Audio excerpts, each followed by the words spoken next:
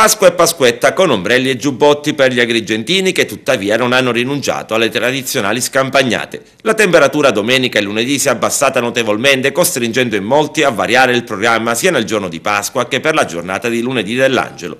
Di contro boom di presenze straniere agrigentine domenica e lunedì nei ristoranti e agriturismi della provincia. Ed è andata in maniera positiva l'operazione Pasqua Sicura con centinaia di agenti della Polizia di Stato e Carabinieri che sia a piedi che a bordo delle auto di servizio hanno perlustrato i punti di ritrovo più affollati e le zone periferiche dove più alto è il rischio di furti nelle case. Nei giorni di festa le volanti di Polizia e Carabinieri hanno effettuato controlli stradali utilizzando autovelox e etilometri. E Pasqua in trasferta per l'arcivescovo Montenegro, prima in visita a Sambuca di Sicilia nel pomeriggio a Santa Margherita Belice. E ancora risuonano le sue parole pronunciate durante l'omelia del Venerdì Santo.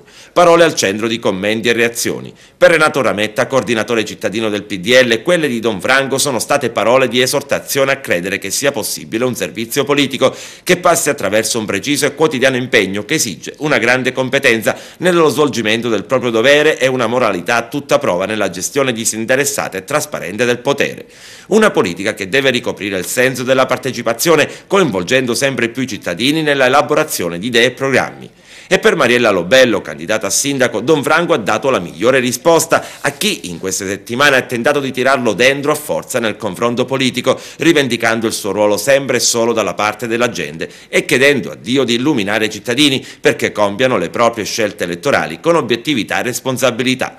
E intanto tutti i docenti universitari del Polo di Agrigento hanno accolto favorevolmente l'invito dell'arcivescovo per un confronto sulle problematiche culturali e sociali che investono il territorio e per elaborare proposte finalizzate alla rinascita di questa terra, ricca e complessa, che, come dice l'arcivescovo, ha bisogno di riscatto e di cultura.